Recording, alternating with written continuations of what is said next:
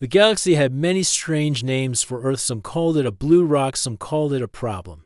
But most whispered a special name. They called it the Monster Factory. It started many years ago. When humans began to spread among the stars, they did not have the best ships or the strongest tools, but they survived everywhere.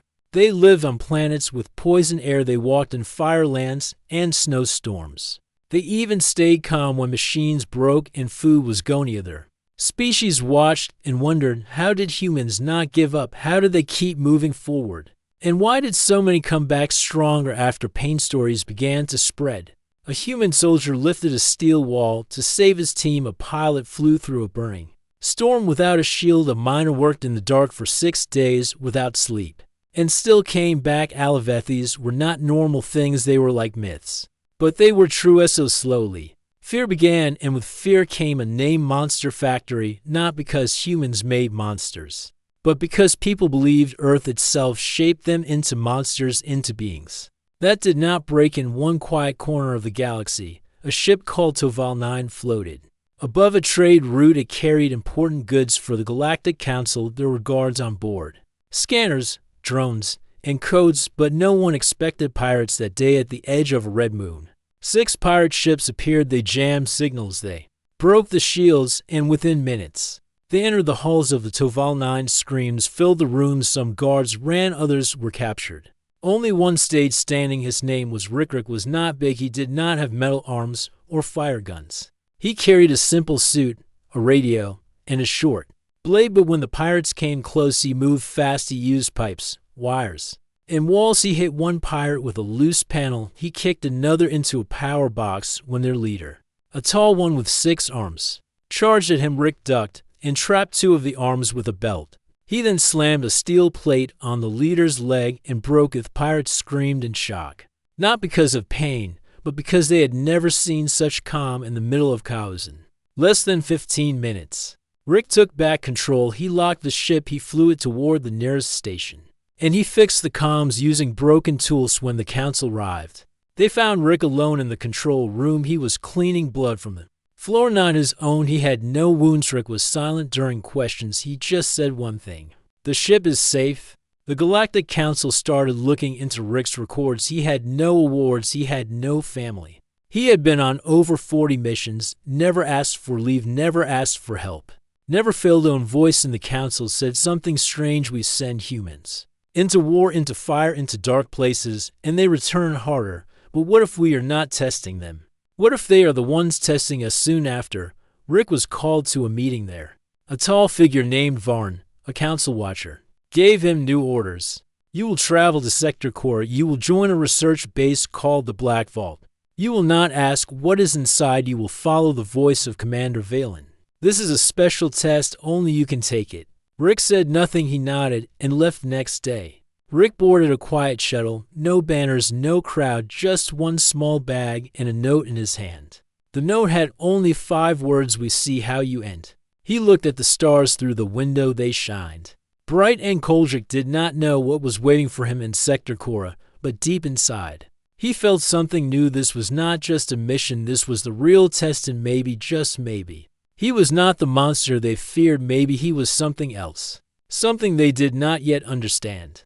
The shuttle moved through deep space, passing cold stars and dark clouds. Rick sat alone inside. He checked his suit, his blade, and the bag on his lap. Everything was ready, but he felt something was different this time. Voice from the ship's speaker spoke clearly: entering Sector Cora in 1 minute. Prepare for descent. Rick stood and walked to the window outside. A strange object floated near a dying star. It was shaped like a tower, lying on its side. No lights flashed on the surface, no sign of welcome. Methus was the Black Vault. Shuttle slowed down and moved toward a small gate. Once inside, metal arms locked the ship, and a door opened. Rick stepped out into a long hall. It was quiet, no sounds, no movement. Then came footsteps. A figure walked forward, thin, tall, with feathers instead of skin. It had long arms and sharp eyes. This was Commander Valen. You are late, Valen said. His voice was cold and sharp. Rick gave a small nod.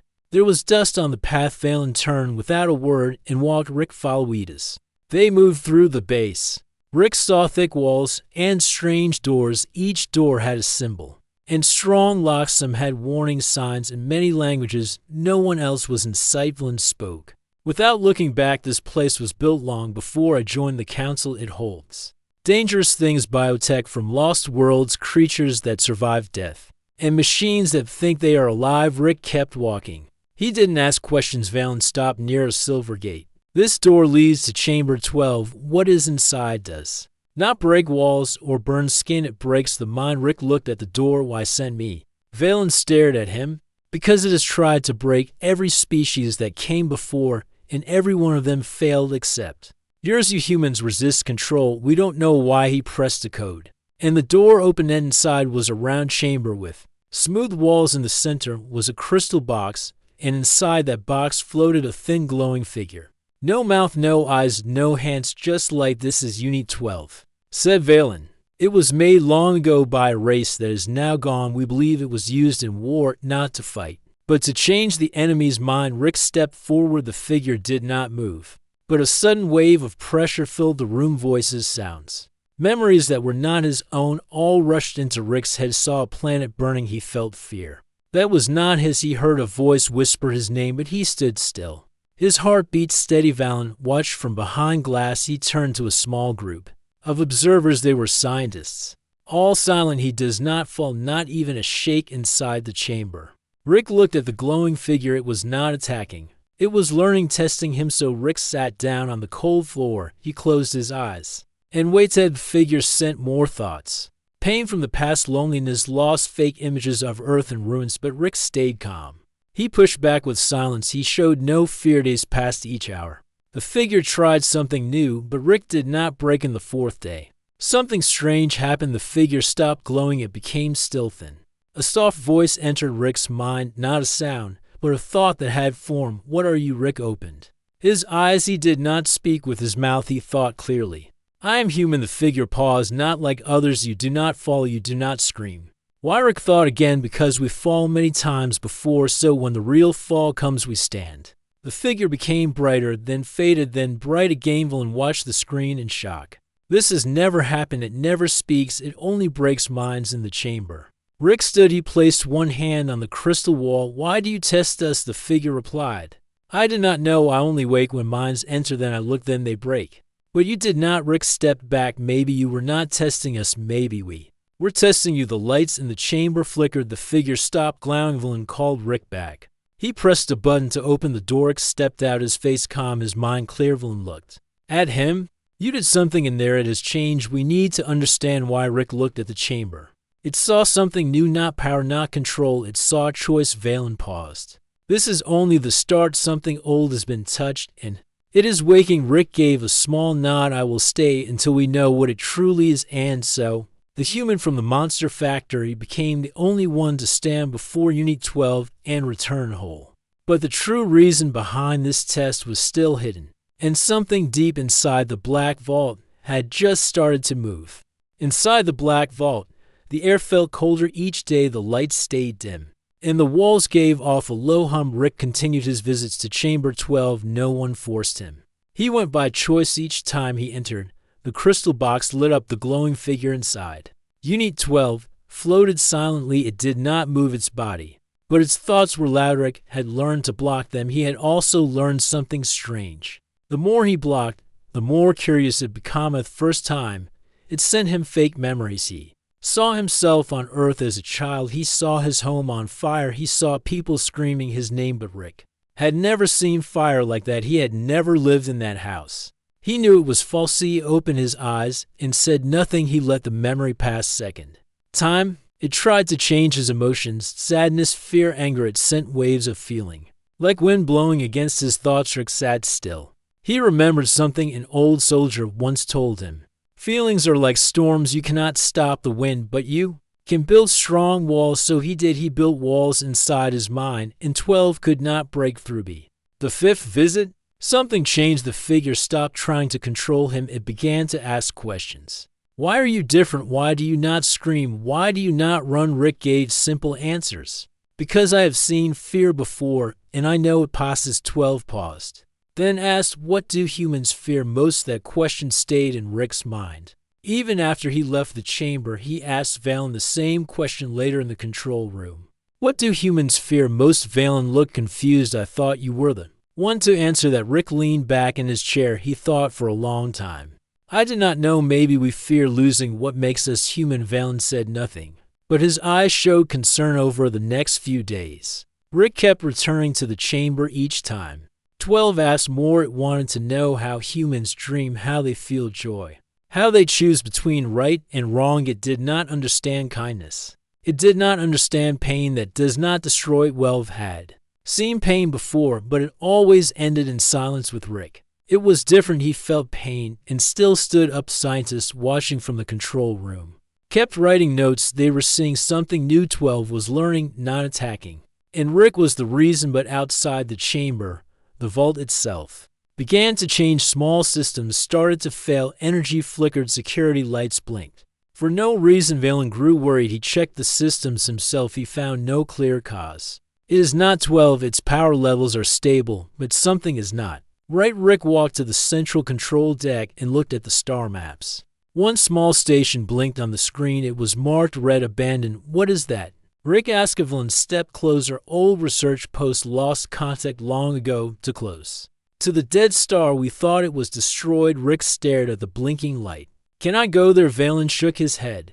No ship will survive that radiation. No one has returned from that zone in years. Rick turned. I will take a small shuttle. Only needs light shield. I have seen worse. Valen didn't argue. He had seen what Rick could do within the hour. Rick left the vault in a silent shuttle. He moved through broken space, past fields of dust and burned rock toward the lost station. As he neared, he saw its shape. Still there, still holding together. Entered slowly. No lights, only shadows inside. Old human tech blinked. Faint power lines still worked. He moved through the halls, his boots making soft sounds on the metal. And he saw ITA chamber with a broken door, and inside something moved. It was not a machine, not fully human, but something in between. A man with metal arms, face half covered in glass, eyes tired. But Alaviv, man spoke. You are late. We waited for years. Rick stepped closer. Who are you? The man smiled. My name is Corin. I was taken long ago by the ones who built the vault. I was part of the first test. Rick listened as Corin spoke. Slowly they used us to see how strong we could be, how far we could bend before we broke. They call it a science test, but it was never just that. Corin pointed at a glowing device. It sends signals, old ones, deep ones. It woke 12 and others like it. Rick looked at the device. It pulsed like a heart. Corin stood up with effort, his voice low. You were not sent to test 12. You were sent so it could test you. The real test is not the creature. It is the choice you will make next. Rick did not reply. He looked at the stars. Through the broken glass above, something was coming, not from 12, but from the past, from choices others made before him. No, it was his turn to choose. The lost station near the dead star was quiet. Dust floated in the air like fog. Every surface was worn. Old wires hung from the walls. Broken screens showed flashes of old Dadrick stood beside Corin in the control room. The air was dry. The smell was old metal and something else, something heavy. Corin leaned against a wall. His breathing was slow. His body was part metal now. His face was tired, but his mind was still sharp. You are not the first, Corin said. They sent others before you, each one stronger than the last, but none of them were ready to see the truth. Rick looked at the blinking device in the center of the room. It was small, round, almost like a sea, made of glass and silver. What is it? Rick asked. Corin stepped forward. A memory core. It holds, records voices, thoughts from before the vault. Before the name Monster Factory even began. Rick reached out and touched the device. It was cold, but the moment his hand made contact, the lights in the room turned on. Old holograms appeared.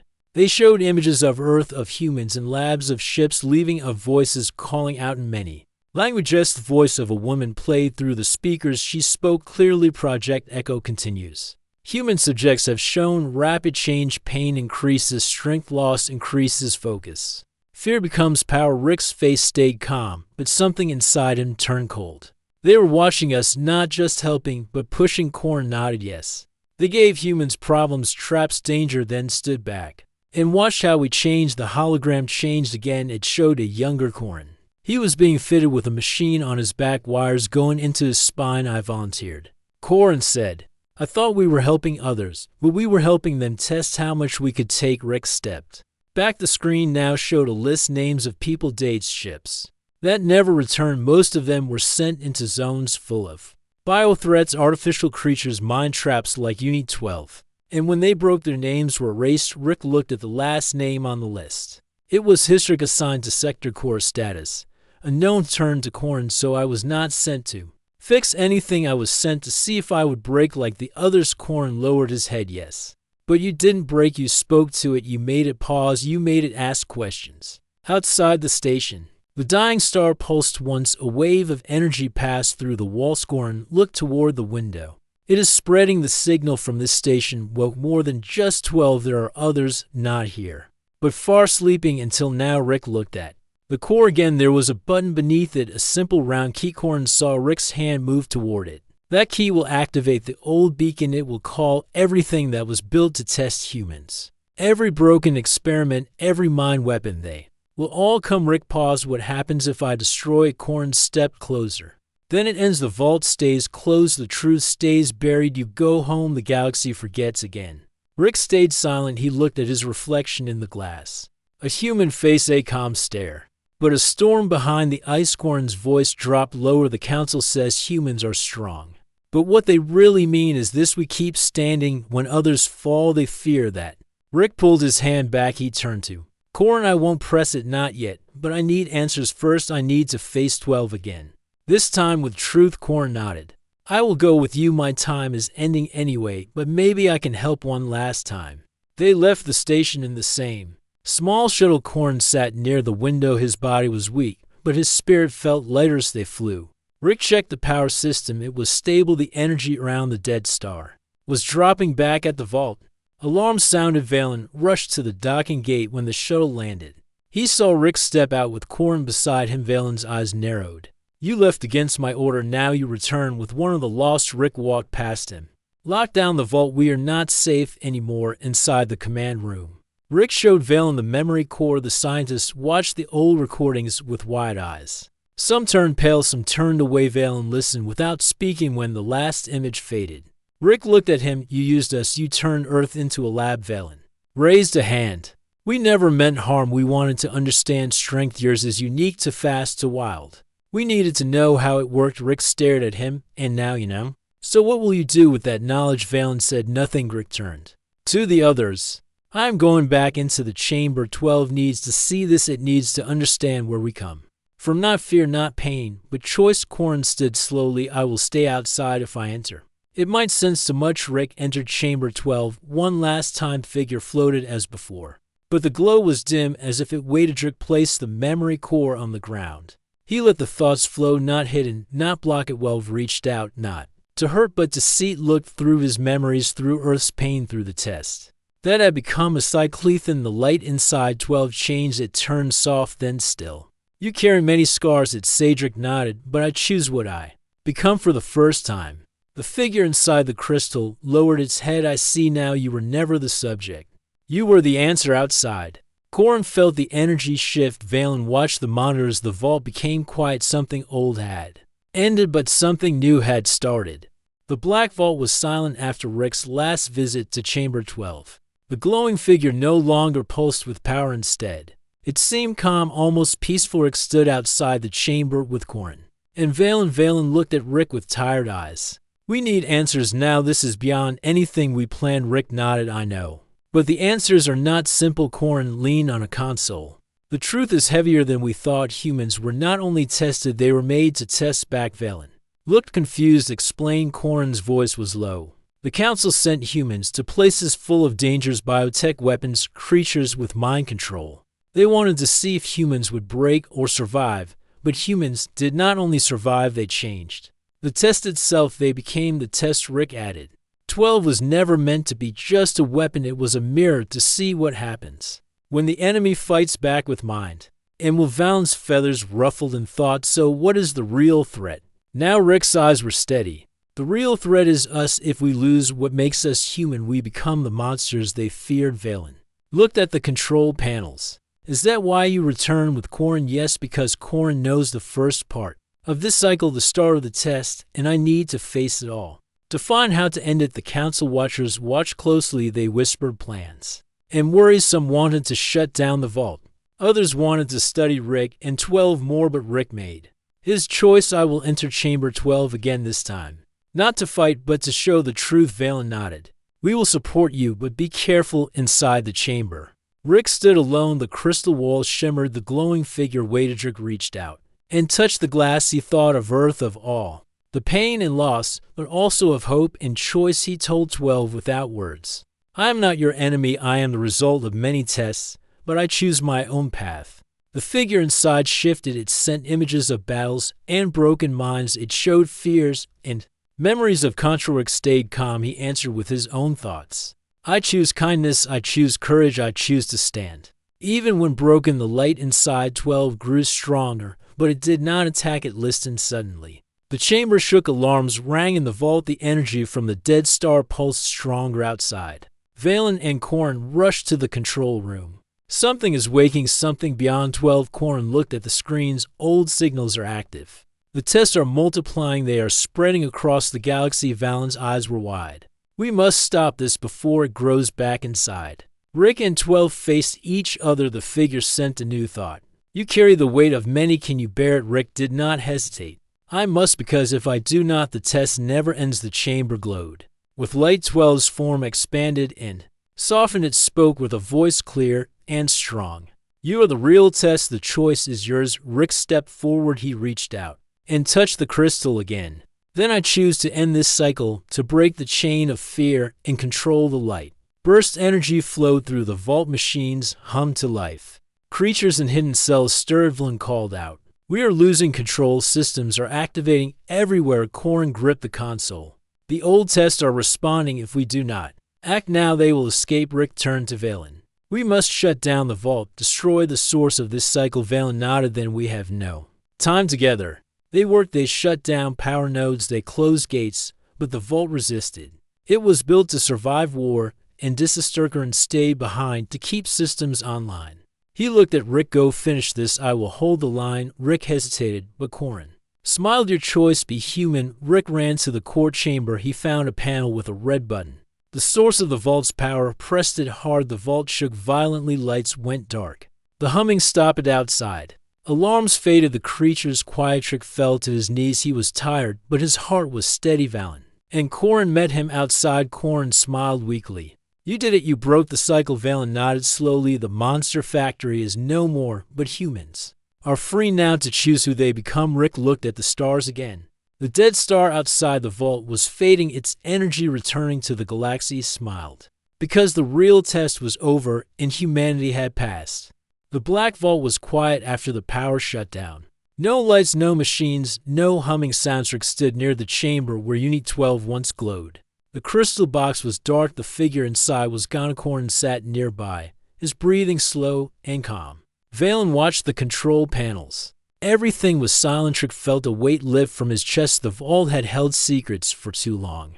Secrets that hurt many, but now it was over. Is this really the end? Valen asked quietly. Rick looked at the empty chamber. Yes, the cycle is broken, but only if we choose to keep it that way. Corin smiled softly. It is time for the galaxy to see humans differently. Not as monsters, but as beings with choice outside. The dying star began to brighten. Its light returned slowly at first. Then strong earth energy from the star seemed to heal the broken parts of the vault.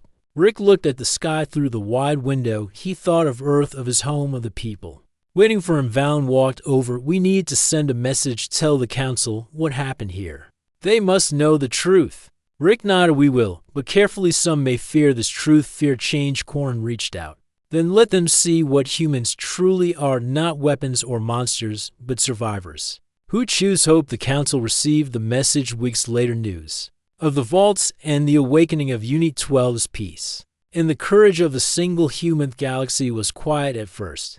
Many were surprised, some were skeptical, but over time, respect grew. Rick was offered a place among the council watchers, a chance to help guide the future, but he refused. I fight better where I came from, with those who know what it means to survive every day. Valen nodded with understanding. Your place is with your people. Corin smiled. Your journey is not over, but this chapter ends here. Rick returned to Earth. The blue planet looked small from space, but it was home he walked the quiet streets. No fame, no glory, just life. Children played in the sun, old people shared stories. Farmers worked the land. Rick felt peace because he knew monsters are made by fear, but humans, when given the choice, could become something more, and he hoped that one day the galaxy would see Earth not as a monster factory, but as a place where hope was born. News of what happened at the Black Vault spread across the galaxy. Many listened in silence. Some whispered in disbelief, others wondered what this meant for the future. The Galactic Council held a meeting. They opened secret files. They talked about Earth and the humans who came from there for years. Earth had been called the Monster Factory, a place where humans were tested, broken, and made stronger. But now, the Council saw a new truth. Humans were not monsters, they were survivors, they were fighters with hearts full of choice. Rick's name became known not as a warrior with great power, but as a man who showed what it means to be human. Council invited Rick to speak. They wanted him to share his story, but Rick shook his head. I did not need a stage. My story is not about me, it is about all humans, about their strength and their hope instead. Rick sent a message, a simple message that said only this: monsters are made by fear. Humans are made by choice. Many species began to see Earth differently. Ships from distant worlds visited the planet, not to fight, but to learn to understand. Children on Earth listened to stories of Rick and the Black Vault. They learned that strength was not just in muscle or weapons, but in courage and kindness and standing tall. Even when afraid, Rick walked quietly among his people. He did not seek praise, he wanted only peace. Each night, he looked up at the stars. He knew that out there, many eyes watched Earth, some with fear, some with hope. He believed the hope would grow, because humans had passed the real test, not by fighting monsters, but by choosing to be better than them. Galaxy changed slowly. Old fears faded. New friendships began. Earth was no longer the monster factory. It became known as the home of choice. And Rick, the man from the blue planet, walked in silence, knowing that sometimes the greatest battles were won not with strength, but with the simple power of being human.